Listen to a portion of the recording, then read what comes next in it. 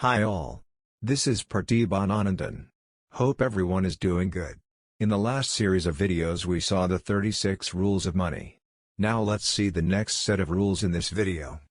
Rule number 37, the richer you are, the lower the rate you get. Remember that banks are not charity organizations, but their business is like any other whose job is to maximize profits. They have shareholders to whom they are accountable, and if their business model isn't going to be profitable, they're not going to survive. That's why they're much more comfortable lending money to a rich guy than a poor guy.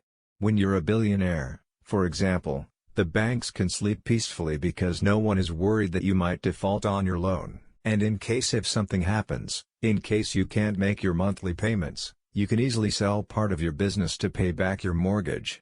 That makes loaning money to you almost risk-free. In fact, that's how the banking system evolved over the centuries, where banks would only work with nobility, with people who had money and assets that constantly generate income such as land. Compare that to an average employee who could get sick or might not be able to work or just loses his job.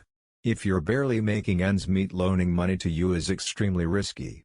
I know that it's easy to criticize banks for that, but think about it. Would you feel comfortable loaning money to a friend who barely makes any money, or a friend who is a business? Probably the latter, no matter how harsh as it sounds. If you want to get a lower mortgage rates, a lower credit card rate, just better terms when borrowing money, you have to do better financially first. Banks also offer such a low mortgage rate to establish a strong relationship with rich people, so that when they would need a bigger loan for their business, for example, they would come to them. It's a win-win situation.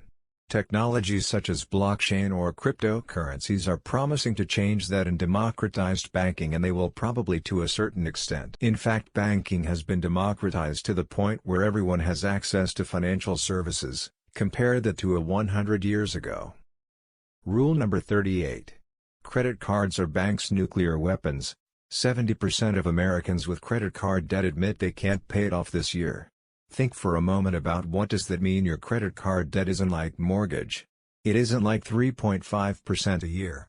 It's probably like 20% if you can't pay your credit card debt on time now. What makes you think that you can pay in a few months later when that debt has grown much bigger? In other words, 70% of Americans are about to fall into the debt trap. Over half of those surveyed, 56%, say that they've had a credit card debt for that place a year, and most will continue to carry it for years to come.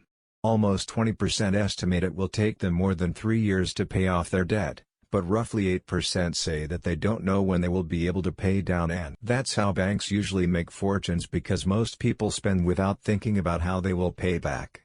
They're used to a certain standard of living and they're ready to keep it even if they can't afford it. That's why banks keep calling you to sell you a brand new credit cards. Don't get me wrong, using credit cards responsibly is great to build your credit score.